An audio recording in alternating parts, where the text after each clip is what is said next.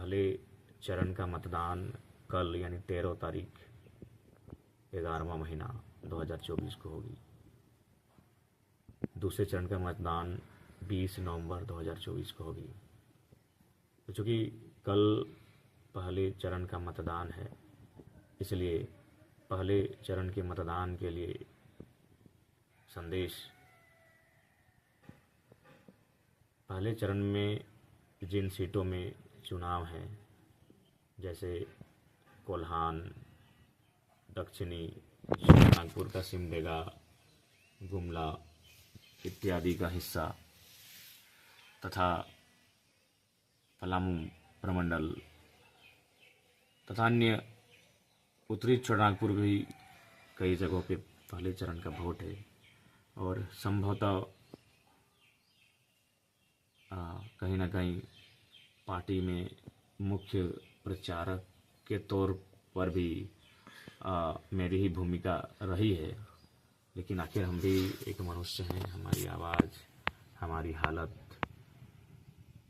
सारी चीज़ों को बयां कर रही है, हमारे चेहरे, मेरी आंखें सारी चीज़ों को बयां कर रही हैं कि किस हाल में हम हैं और किस दौर से गुजर रहे हैं। एक दिन में 6-7 विधानसभा का दौरा सुनने में आसान लगेगा, करने में बहुत कठिन ही नहीं, कठिन से भी कठिन है। उसके बावजूद प्रयास कर रहे हैं। लेकिन फिलहाल संभव नहीं कि हर जगह उपस्थिति हो पा रही है, तो बाकी जहां उपस्थित नहीं हो पाए वहां क्षमा प्रार्थी है और वहां के तमाम कार्यकर्ताओं से, जनता से यही कहना चाहेंगे कि जेएलकेएम के जो प्रत्याशी हैं उनके पक्ष में मतदान करें।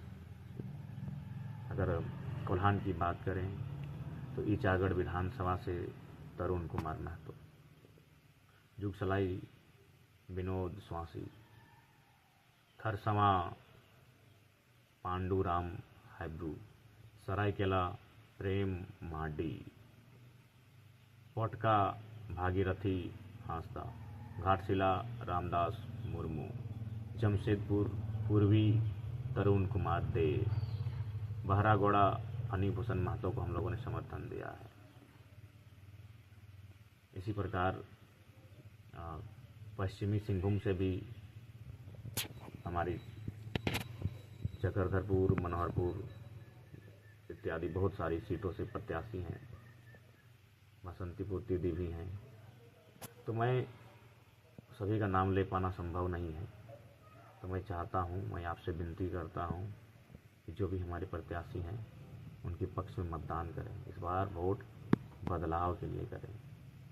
कहते हैं ना कि रोटी को उलटते पलटते रहना चाहिए, नहीं तो रोटी जल जाती है। ठीक उसी प्रकार सत्ता को उलटते पलटते रहना चाहिए, नहीं तो सत्ता तानाशाही हो जाती है, निरंकुश हो जाती है। और आज वर्तमान में जो महागठबंधन की सरकार है, इसने क्या किया नहीं किया आप सभी को मालूम है। सीजीएल के इम्तहान से लेकर सीएचओ की बहाली तक तमाम परीक्षाओं में ये मौन रहे, ये गौन रहे। अपनी भूमिका केवल और केवल कॉरपोरेट को खुश करने की रखी। तो तमाम सभी से आग्रह है, ऐसी सरकारों का होना या ना होना फर्क नहीं पड़ता है, इसलिए इन्हें विराम दीजिए और नई सरकार युवाओं को एक नया मुकाम दीजिए, एक उनके हाथों में कंधों में कमान दीजिए और वर्तमान की जो सरकार चल रही है उसे आराम दीजिए। साथ ही साथ विगत 24 वर्षों से जितनी सरकारें रही हैं झारखंड राज्य में, कहीं ना कहीं औपनिवेश को ही बढ़ावा दिया है, कॉरपोरेट को ही संरक्षण दिया है। आम व्यक्ति लाचार, बेबस, मजलूम हमेशा छले गए हैं, ठगे गए हैं और झारखंड के जो मूल किसान, रैयत, निवासी, बासिंदा वो हमेशा हाशिए पर जानबूझ के रखे गए हैं, ताकि अगर इनका उत्थान होगा तो इस राज्य की खनिज संपदा पर ये अपना हक हुकूक जमा लेंगे। लेकिन कोई नहीं चाहता है कि झारखंडवासी अपने राज्य की खनिज संपदा पे हक हुकूक जमाए, इसलिए जानबूझकर इनके साथ साजिशें होती हैं, इनके साथ इन्हें दबाया जाता है, दमन किया जाता है, ताकि इनकी खनिजों पर सबकी नज़र गड़ी है।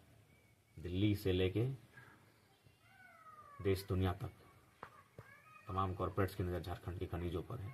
इसलिए हमारी गवर्नमेंट में बैठे लोगों ने भी चंद रुपयों के लालच में उनको ही समर्थन दिया है।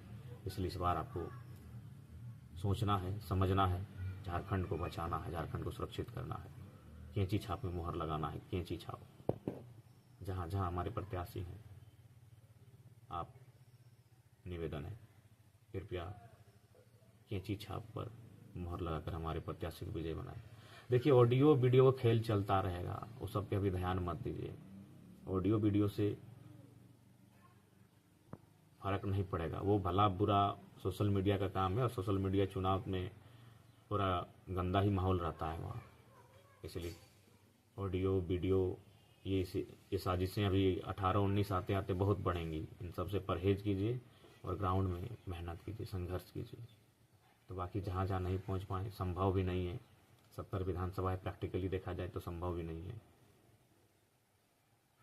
तो यही प्रार्थना होगी कि प्रथम चरण का जो चुनाव होगा 13 तारीख को, इस 13 तारीख के चुनाव में जितने भी हमारे प्रत्याशियों ने भाग लिया है, चाहे वो चतरा विधानसभा रहे, चाहे वो सिमरिया विधानसभा रहे, छतरपुर रहे, डाल्टनगंज रहे, लातेहार, मनिका, पांकी रहे, या वो गुमला, सिसई, बिशनपुर रहे, या